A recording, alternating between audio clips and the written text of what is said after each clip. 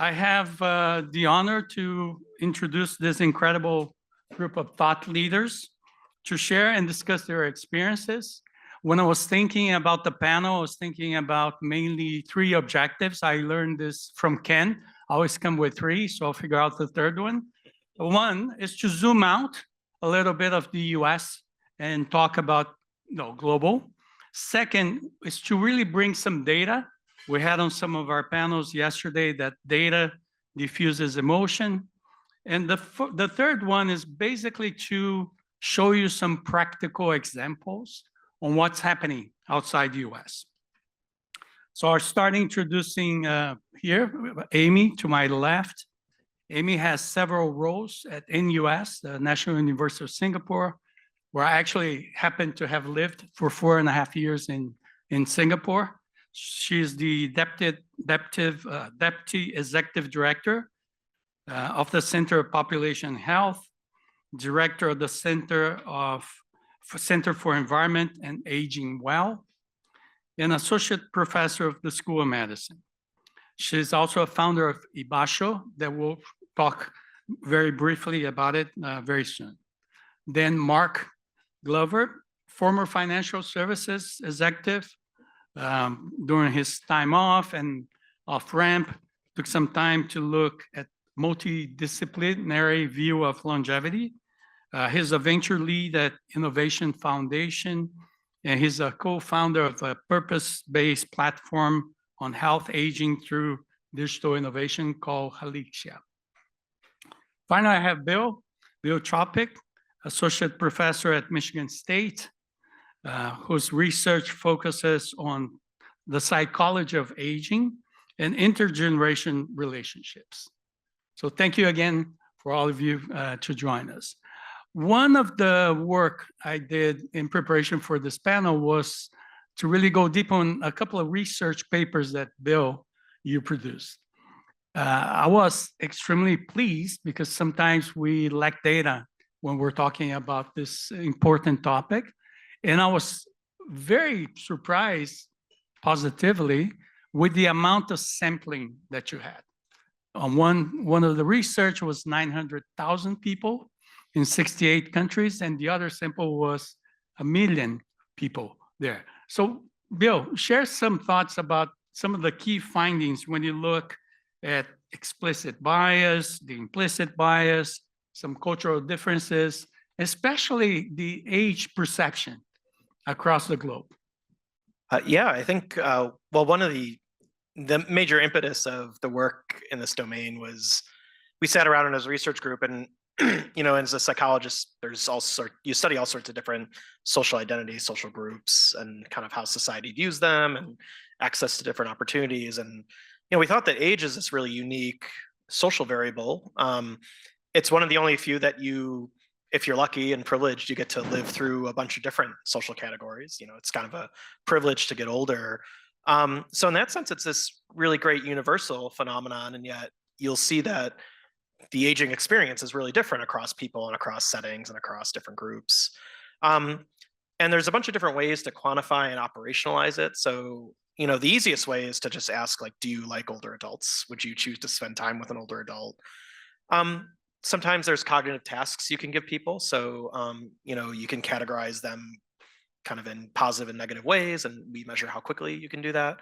But one thing our lab tries to do is get at it a little bit differently. So we ask people about their expectations about the future, what they think of older adults, and then what they consider an older adult is.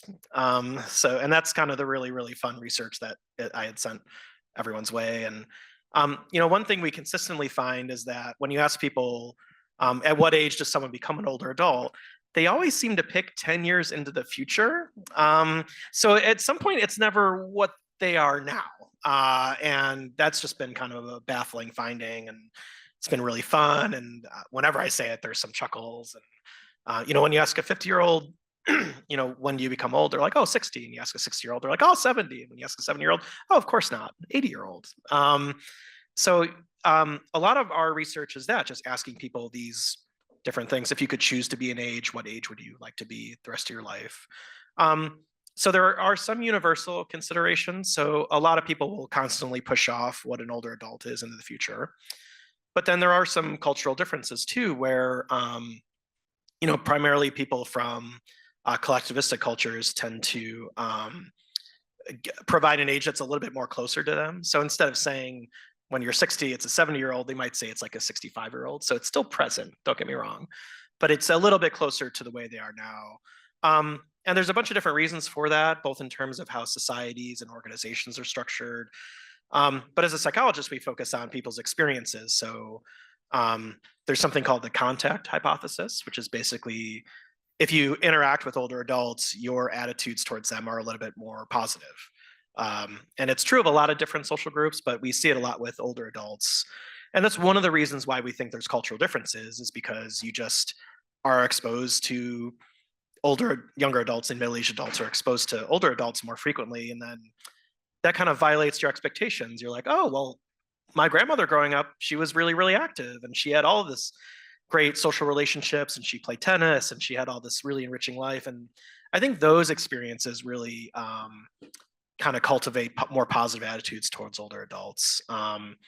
So, when we look at kind of how to change these attitudes, which is the work we're doing now, a lot of times we'll look to cultures in which they have more positive attitudes. And it's like, well, what are their experiences? And maybe we could give, some of those experiences, not all, it's not all possible, but what are some elements of that we could maybe, port over and give to other people who maybe have negative expectations about aging. And then if we can kind of change that, that's the really transformative thing that we're excited about. Because having negative views of aging predict all sorts of things, like you getting sick, cognitive decline. So, as a psychologist, we're focusing on, where do these attitudes come from and how can we make them better? And one great thing about this panel is we can focus a little bit on culture and context as a way of shaping those perceptions. So that's everything I've done in a couple minutes. So thank you. Great. And 2 pages that we can make available. Yes. Some very insightful data there. Mark, off-ramping from financial services, taking some time off, looking at ways you could positively impact. Share some of that journey with us and how you came about with the Innovation Foundation and Halixia. And the discussion that we had, that sometimes we tend to focus more on middle management to upper management, onboarding or reboarding. Tell us a little more on how impactful work you have done for entry-level jobs or different types of jobs. Thank you. Thank you. So the work with the Innovation Foundation is really focused on making sure that mature workers can have an effective place in the workforce going forward. We focus on blue-collar workers, and a lot of the conversations here today and yesterday have really focused on some of the aspects of aging, which I guess are quite important, but typically tend to be at the higher end of the wealth spectrum. We recognize that within an aging population, everybody will age, including the wealthy people who've got enough to make top-ups to their pensions and their retirement accounts, as well as the people who are sleeping on the streets. So how do we make sure that the benefit of a longer life means a better, longer life, particularly for those people at the bottom end of the socioeconomic spectrum? So the Innovation Foundation, we've been speaking to dozens of individuals, dozens of corporates, and trying to understand what does a multi-generational workforce mean, and how can people, A, stay in the workforce, and B, how can employers de-risk the hiring process for older workers? And that's been incredibly interesting and insightful. On the employer side, I have to tell you a story. So we talked to lots of different employers. We talked to a manager of a comedy club in central London, fairly large comedy club, big throughput of people, big throughput of staff. And we talked to them and said, okay, so what stops you or what starts you from hiring someone who's a more mature worker? The bulk of people tend to be student age in these types of organizations. And the first thing he came to was around adaptive technologies. And I love this phrase, adaptive technology, whether it's exoskeleton that can help you lift something, which are currently available from Hilti from about $1,300 today online, to something so simple as a stool. And I think it's really important. So I asked this guy, I said, well, we do like to have older fellas, he said. We do like to have older fellas in because their experiences have meant that they're able to deal with the customers in a different way. But, there is a concern that if they have to change a beer barrel, then, they might not have the strength to do that. And I was like, okay. But then he said, but, we have these 18-year-old student girls and they can't lift them either. So it doesn't make any difference. And that really struck me in that, ageism doesn't necessarily mean old ageism. And I think, thinking about age in a way where age should be irrelevant is almost a better way to talk about ageistness and ageism. So we talk about age irrelevance instead. So how do you prepare an organization to have a multi-generational workforce? The second thing that we talked about, and we talk about, and particularly I work with a charity in the UK, I'm a trustee of a charity called ProAge, and we go around, we ask people what will help people retain staff as they get older. And I think this is important, and we'll come to a distinction a bit later about the difference between retaining staff and hiring new staff when they're older, because there's a really significant difference. And the things that allow people to retain staff are more policy-based, flexible working hours, working from home, the ability to maybe job share, particularly with the younger generation. So these types of innovations in the workplace have really made a really significant difference. And the one thing that I will say, particularly for the UK, and I don't know the numbers in the US, but I'd be interested to find out, is that in the UK, the age group 50 to 65 make up 28% of the working population workforce in work. Actually, from a numbers point of view, they only make up 21% of the population, so over-indexing. And then from an unemployment perspective, only 20% of the total unemployed are in that age group between 50 and 65. So generally, the UK at least is doing well in terms of integrating an intergenerational workforce into the overall society. So incredibly interesting. Oh, thank you, Mark. Amy, when I was researching about you, I came across a few videos on YouTube, some podcasts, and your story on being brought up on a 4-generation house and your search for your grandmother when she went on a elder home, right? So share with us that story and what sparked you to create a basho. Okay. Thank you so much for inviting me over and being able to share the story about my grandmother. So when I was 25 years old, I was I didn't know anything about aging at that time. I was working in the government in Japan. So I visited my grandmother because she had a little bit of memory problem. So she packed her, suitcase and charged and, just admit herself into a nursing home to just avoid being a burden to the family members. 6 months later, she wasn't able to talk. 9 months later, she wasn't able to walk. So I visited about 9 months later. It was a bit too late. I needed to come back to my home. So I said, well, I'm here to visit my grandmother. Her name is Tatsuru Uno. They said, so what's the room number? And I said, well, Uno Tatsuru, that's all I know. And they did a computer search. And they said, oh, she's 14B. And then all of a sudden, this staff knew everything about my grandmother's appetite and number of times that they went to bathroom and what kind of medication they have, what kind of clothing they have, but they knew nothing about my grandmother. They didn't even know about her first name. So that was shocking as a layperson, because I was not trained to be a nursing home administrator or just caregivers. So I was young and naive at that time, and I just quit my job next day and decided to study about aging. And so talking about ageism and ism-ish, right? I was born and raised in Japan. At that time, I was in Tokyo. Applied for university, for graduate school. I was 27 at that time. They said I was too old and I was a woman that needs to get married and have children. It was 25 years ago. So I hope that it is different because we have such a low birth rate in Japan. So but anyway, so I studied about architecture and gerontology over 11 years, and I was studying about nursing home and how to design better spaces. And at one point, I realized everything I do at the 2 o'clock, I caught myself at 2 o'clock coming up with a design principle for architects.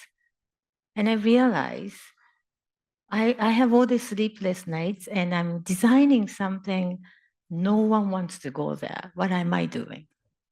And that was really my realization. Because we all have such a kindness. I think we all have good intention to look after older person. Somehow we're not making it successful because that's the place no one wants to go. So I was involved in the senior housing project in Bhutan, which is supposed to be a happiest country in the world. And I was walking down the street and I found this little banner on the elementary school. It says, the time to be happy is now. The place to be happy is here. The way to be happy is to make other people happy. And I thought, this is it. This is what we're missing for the elder care. That's when I started the Ibasho. Basically, what we try to do is to work with a community older person or organization to co-create a place. It's a community hub where older people can find a meaningful contribution rather than going into the senior center being looked after. So we really try to shift the way of thinking from older person is someone we have to look after to what can we do to help them and create the platform together so that they can actually feel good because that's where the happiness comes from. So that's the story. So we have done the Ibasho. So it's the Ibasho principle. You can Google ibasho.org actually. So we created this Ibasho concept, and it was right after the tsunami happened in Japan. It was 13 years ago. What happened was that everybody was rushed into the disaster site and tried to help older person. And I went there and just sat down with older people. What they want to do? Help others. So we decided to create the cafe, and it's been running for the last 12 years. They have a bigger budget than we do because older people know how to write grants. They know how to communicate with city officers and all this. And then that was replicated in Nepal and Philippines, and we just replicated in Singapore. Thank you, Amy. And the definition of Ibasho, from what I capture, is a place where you're comfortable to be yourself, right? And it goes back to some of the discussions that we had yesterday about the us to we and the collaboration between generations to make it work. Mark, we talked during our dinner about the importance of government policies, right? And several things are happening here in this country right now, but show us some examples where the UK may be leading from a government mandate or policy perspective. Sure. So in the UK, we're lucky enough or sometimes unlucky enough to have a universal benefit system. And why do I say unlucky enough? Sometimes you may be familiar with the idea of a moral hazard, right? You know, they use this language in insurance that, you know, if you insure something and you don't care if it gets broken because you get paid out by the insurance. And in some ways, having a universal benefit system has this effect. So whilst in the UK, the population, workforce population is about 33 million people. So it's a relatively small country compared to you guys. There are 3.1 million people of the age 50 to 65 who are classified as economically inactive. a fairly well used phrase, but it means these people aren't looking for work. They have no intention of finding work. And that's a big drain on the entire economy. That's nearly 10% of the entire workforce. So governments have tried varying different things to try and change this number, to really redeploy these people, because in a society like Singapore, where your biggest resource is a human resource, it's incumbent on all of us to try and make sure that that resource is best utilized. So in the UK, we've had a number of policy interventions around this, and one that I want to talk about today is a caseworker called a 50+ champion. And what the 50+ champion does, their only focus in the government Department of Work and Pensions is on people 50 and above, getting them back into work. And they're not caseworkers themselves. They don't carry a caseload.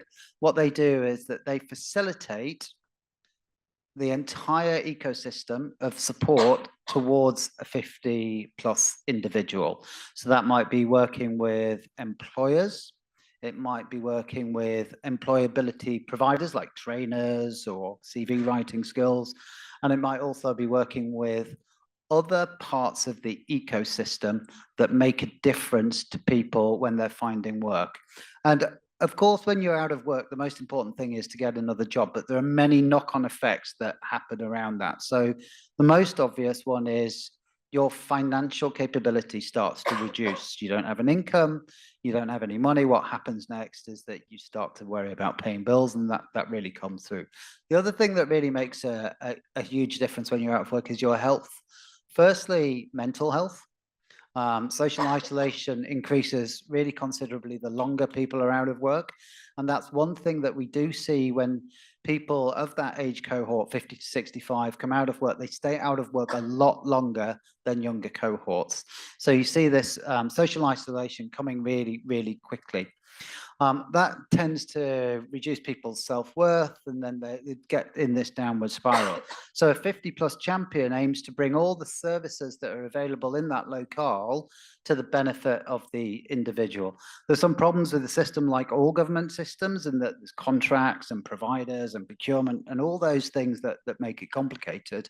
But by putting in place these policy provisions, it facilitates what could be called a wraparound service to try and get people not just back into work, but back into their groove of life. And I think that's a really important fact, thinking not just the simple, I need a job, help me get a job, but I need a job, and quite frankly, my life's starting to fall apart as well. So I need someone to help me stick that together.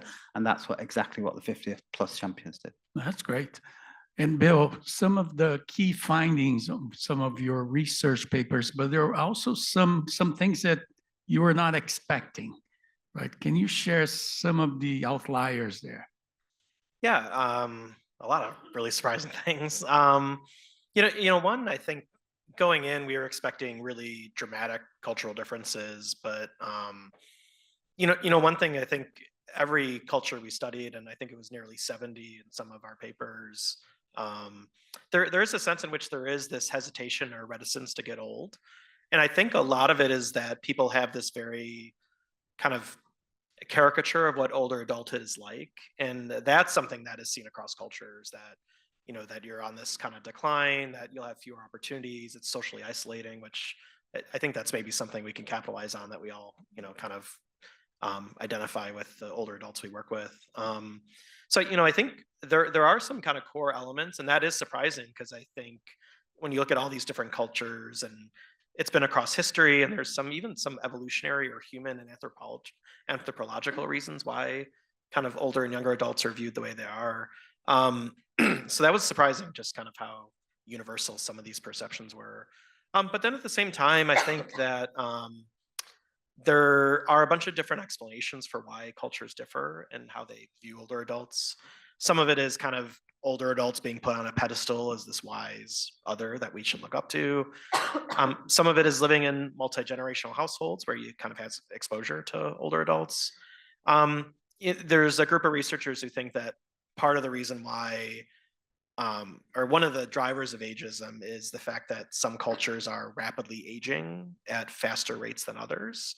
And then as a result, it's causing a lot of like growing pains. Like, how do we accommodate this kind of like large amount of older adults, especially if they're, say, out of work and looking for work, or kind of finding themselves in places that aren't quite hospitable to what they want their lives to be.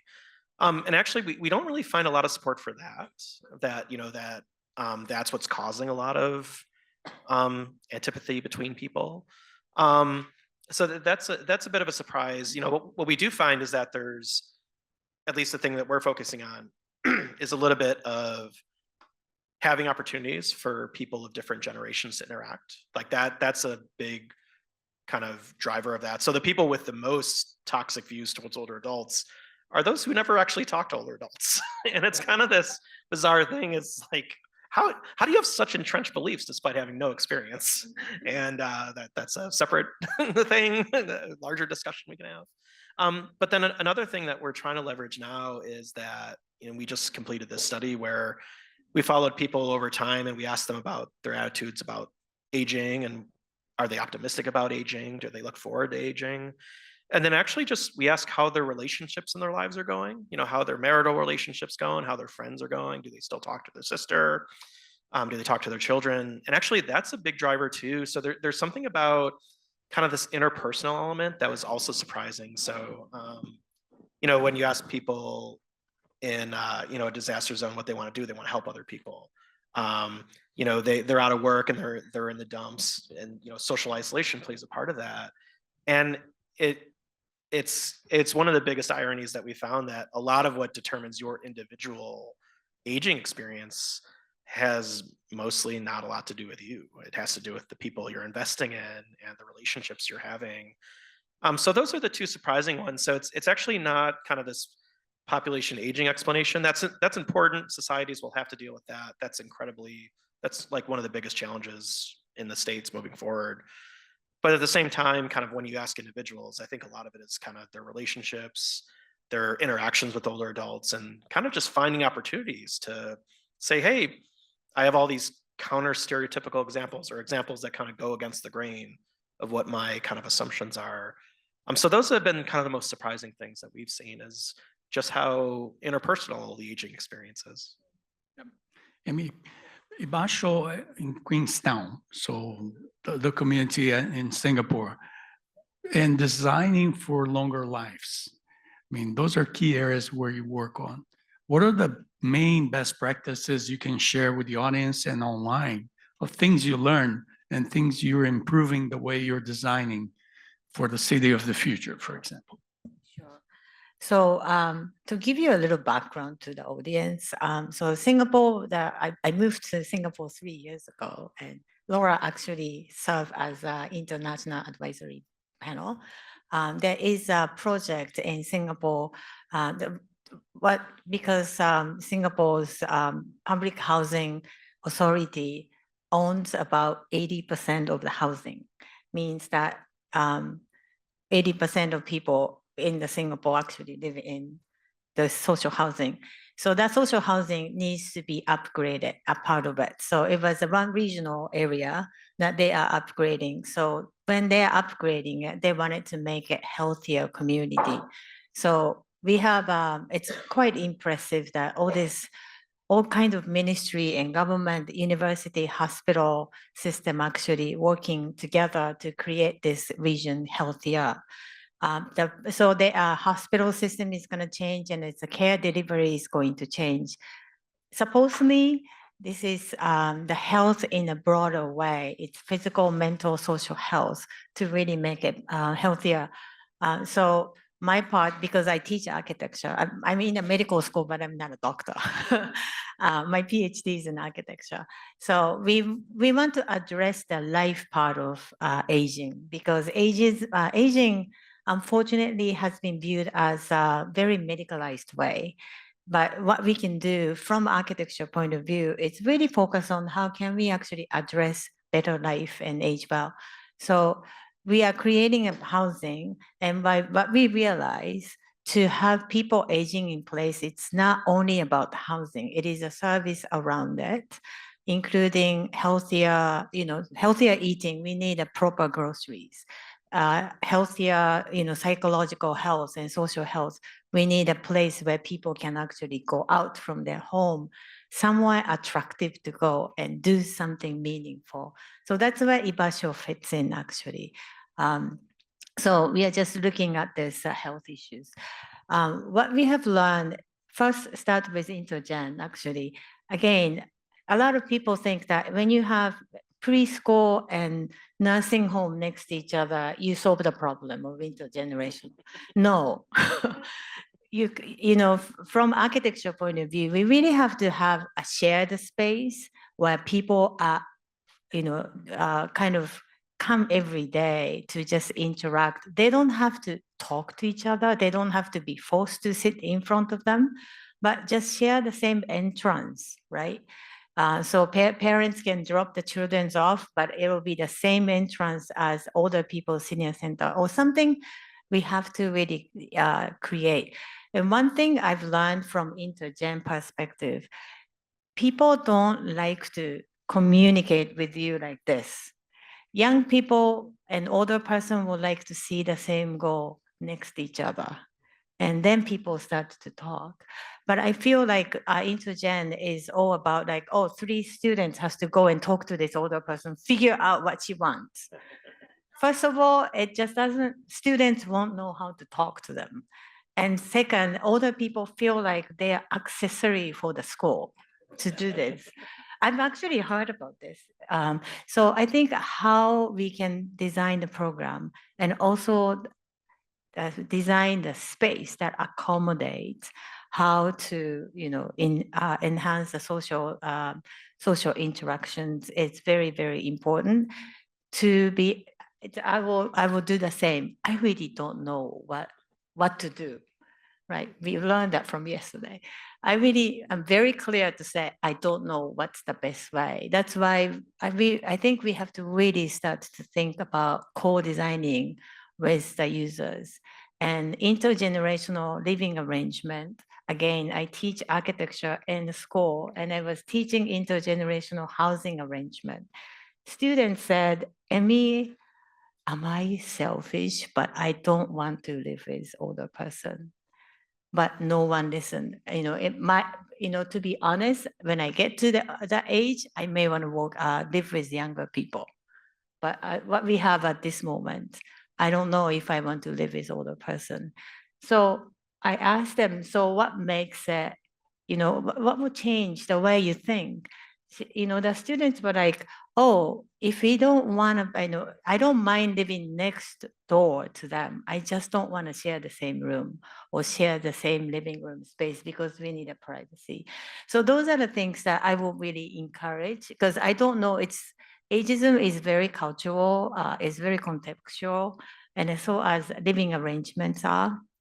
So I think I will highly encourage people to really bring a different generation and just talk to each other. But the one thing I also want to stress, people kind of think that intergenerational living is good. That's for the privileged people like us, like me, my house, and I have my own house, my room.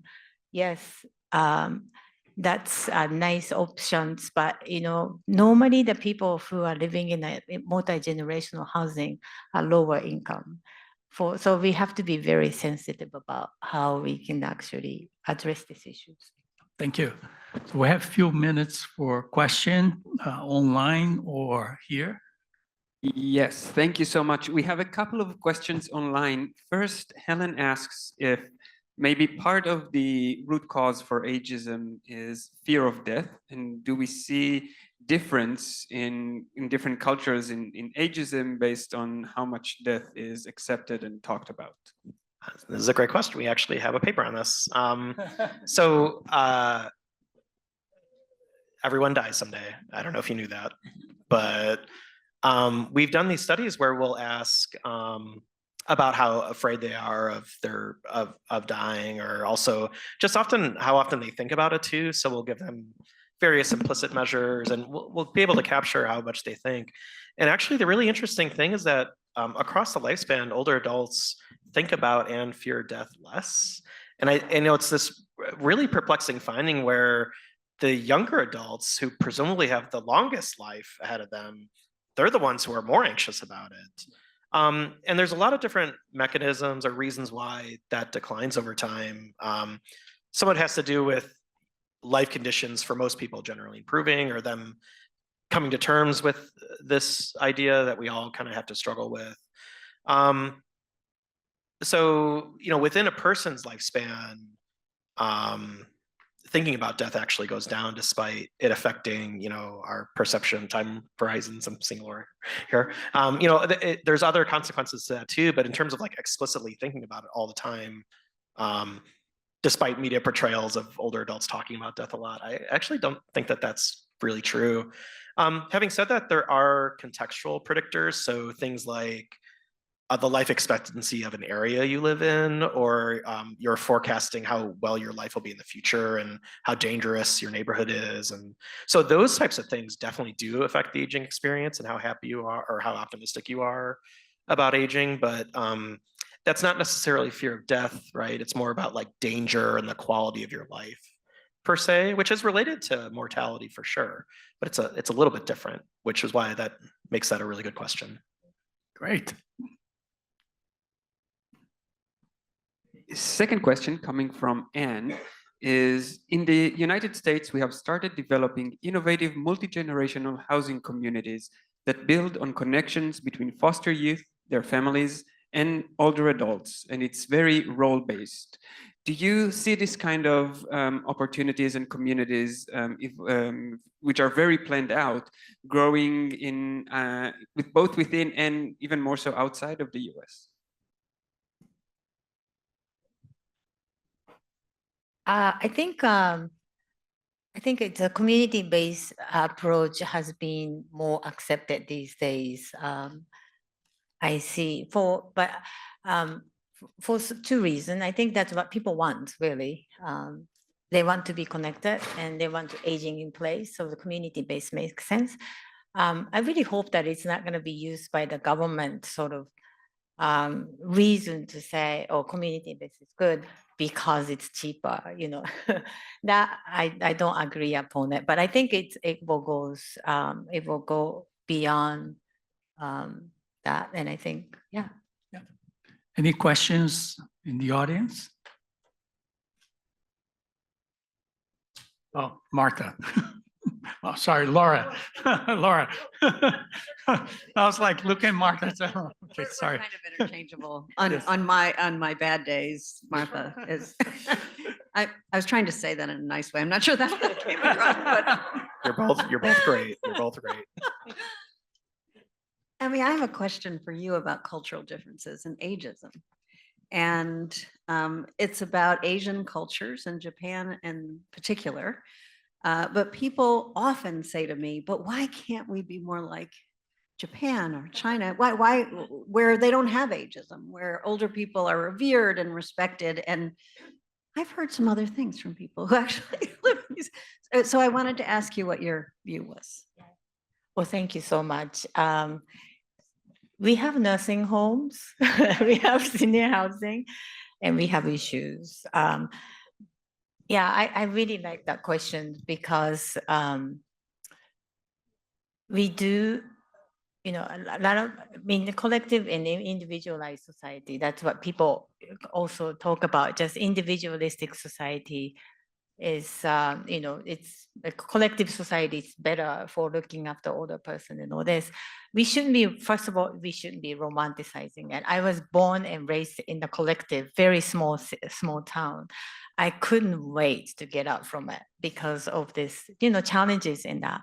But I think it's a good question because I was just made me think like, okay, we have a better social security maybe, and we have a better healthcare and medical situation, especially for older people. We have pensions. Is that going to make less ageist? That I don't know. Again, I'm using this, I don't know. Yes, we have a political system that supports older person, and we have more money. and we have family members kind of obligated almost. You can't really leave your parents because it's peer pressure somewhat. It's a moral issues, but also peer pressure. So if we have that support, is that better? You know, are we addressing ageism because of that better? That I don't know. It's just, and also my next question for all of you is, so what is the societies like without ageism? And what should we do to get there? That's my question. So I'm question back to Laura. So we're almost, we're over time now, but what I wanted, now going back to my previous corporate experience, was to land on some actions, right? And again, there are a few ways to approach the end of the panel. Yesterday was everything about the magic wand, what you want, perfect word. My question to each one of them is, what is the one thing you want everybody watching you doing differently on Monday? So Bill, if you want to start. Just for the record, if you have a magic wand, we don't use that opportunity. Yeah. No, but yeah, as we were talking about at lunch, there's so many structural issues, especially in the United States, and we're at a kind of a important time right now to think about these things. But in terms of what people can do in their everyday lives, I think a lot of the research we're focusing on is kind of leveraging close relationships for the betterment of things like well-being and intergroup relations. So that's some of our more recent research showing that if you have a lot of positive and supportive relationships, a lot of times that has the potential to shift your outlook on the role of older adults in society, the aging experience of you yourself. So, and the benefit of that is that there's so many other consequences that are good that come along with you investing in your social relationships. So you'll enjoy them, and it has the potential to shift your aging experience positively. So the one thing is try to invest in the people you love, stop hanging out with the people that annoy you and bring you stress. And the hope is that collectively those things can lift up you and other people. So that would be my one thing. I think the one thing that I would really recommend people to start thinking about is the concept of longevity literacy. We talked about it earlier, and there's been a big drive towards financial literacy, and I think that has actually changed the dial. There is some great work going on already.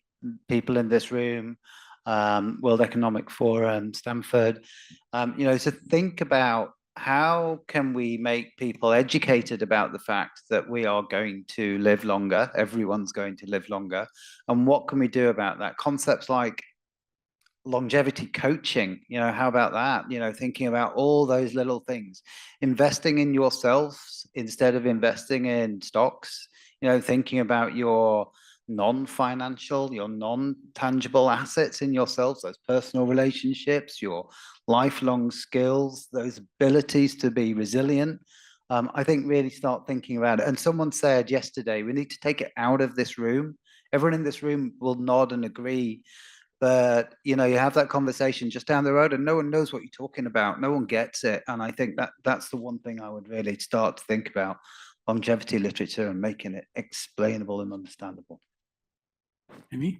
Yes, going back to the quotes that I found from the Bhutan, I really hope that you can find someone who is older than you are and help them to help you so that they will make, that will help them happy. I think my key takeaway and for the audience is I'm going to start crafting my message to move from just driving awareness on ageism to make it relevant. Make it relevant on business discussions, on like when companies are looking for something, they're looking for growth, business growth, for HIP factor, or what we call innovation, for cost reduction, so managing talent, attracting talent, retaining talent. So I'm going to incorporate some of the discussions that we had on the way I'm going to be talking to companies that I'll try to influence as well. So thank you very much for the time and attention, and moving on to next panel.